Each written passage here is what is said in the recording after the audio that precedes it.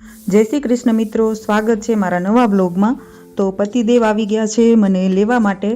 હું લાખા પર 2-4 દિવસથી રોકાવા આવી હતી અને આજે અમારે જવાનું હતું ગોપાલનગર। તો લેવા આવી ગયા છે અને નીકળી જાશું હવે અમે ગોપાલનગર જવા માટે, કેમ કે આજે ચૈત્રી અમાસ છે।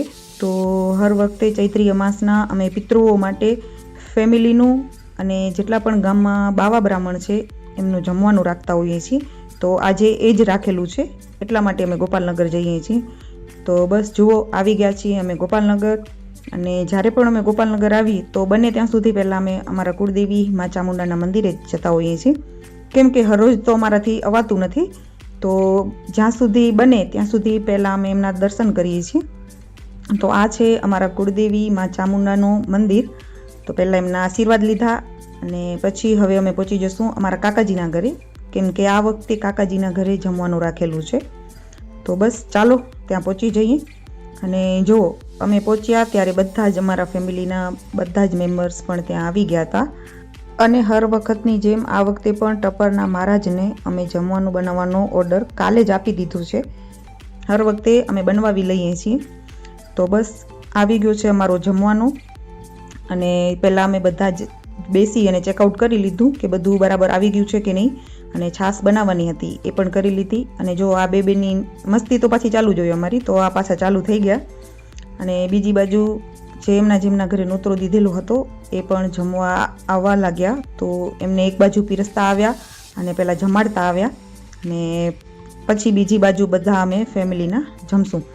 તો ચૈત્રી અમાસનું બહુ મહત્ત્વ છે, કેમ કે ચૈત્રી અમાસને બીજી રીતે દર્શ અમાસ પણ કહેવામાં આવે છે।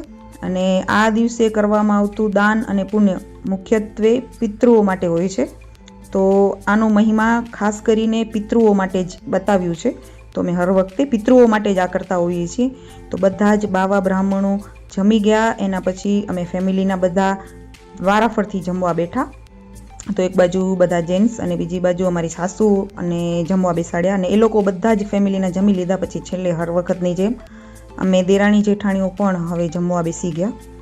હમણાં ઘણા સમયથી મારો કોઈ પણ વિડીયો તમને જોવા નહીં મળ્યો હોય તો જીવન છે, જીવનમાં ચડાવ ઉતાર તો આવ્યા કરતા હોય છે।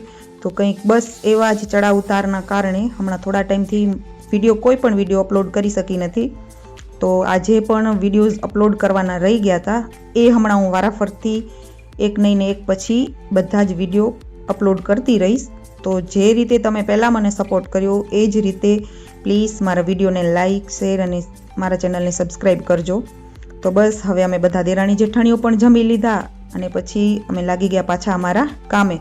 તો કામ ડિવાઈડ કરી લીધા કે જે ઘરમાં બધું થયું, કચરો ને બધું થયું છે તો એઠવાડને તો અમુક એ બધું કાઢવામાં લાગી જાઓ અને બાકીના અમે 4-5 જણા વાસણ કરવા બેસી ગયા। તો બધા સાથે ફ્રી થઈ જાય એટલા માટે। તો એક બાજુ વાસણ ધોવાતા આવ્યા અને બીજી બાજુ 3-4 જે મારી દેરાણી જેઠાણીઓ છે એ બધું જે વધ્યો હતો એ ખાલી કરે છે।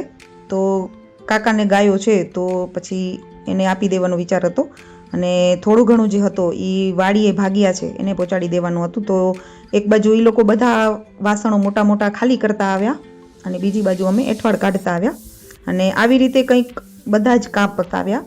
અને આવી રીતે સાચે ક્યારેક ક્યારેક આપણે છે ને જમણવાર રાખતા રહેવું જોઈએ। તો એક ફેમિલી ગેટ ટુગેધર થઈ જાય, સાથે સાથે બધા મળીએ તો એક સારું એક આપણું બનતું રહે। અલગ અલગ રહીએ છીએ તો ક્યારેક ક્યારેક આવો મિલાપ પણ જરૂરી હોય છે। તો જો હવે અમે બધા ફ્રી થઈ ગયા એટલે પાછા લાગી ગયા। હવે અમને ટાઈમ મળ્યો છે તો હવે અમે કરશું આખા ગામની અને અમારી ખુદની પંચાયત। જો દરવાજો પકડીને જે બેન ઊભા છે એને ફટ્ટો કરવાનો બાકી હતો, પણ કોઈ પણ ટોપિક મિસ ન થઈ જાય એટલે હર એક મિનિટે એ બેન અમને દર્શન દેવા આવતા હતા। વળી કંઈક ટોપિક એને યાદ આવે તો શેર કરતા હતા। અને હવે ક્યાં જવું ક્યાં નહીં એવી બધી અમારી થોડીક આમ પ્લાનિંગ હાલી કે ભાઈ હવે આમ કરશું ને તેમ કરશું ને હવે કંઈક આ નવું કરશું ને। અને જોતામાં ક્યારે સાંજ પડી એ ખબર જ ન પડી। પછી બધાએ ચા પણ સાથે જ ત્યાં જ પી લીધી અને હવે અમે લીધી રજા અને નીકળી ગયા ઘર તરફ। તો બસ આવો હતો કંઈક અમારો આજનો દિવસ। તો ઘણા ટાઈમ પછીનો મારો આ વ્લોગ તમને કેવો લાગ્યો એ પ્લીઝ તમે મને કોમેન્ટમાં જરૂર જણાવજો। અને જેવી રીતે તમે અત્યાર સુધી મને સપોર્ટ કર્યો છે એ સપોર્ટ પણ આપતા રહેજો। તો જય શ્રી કૃષ્ણ બધાને। રાધે રાધે.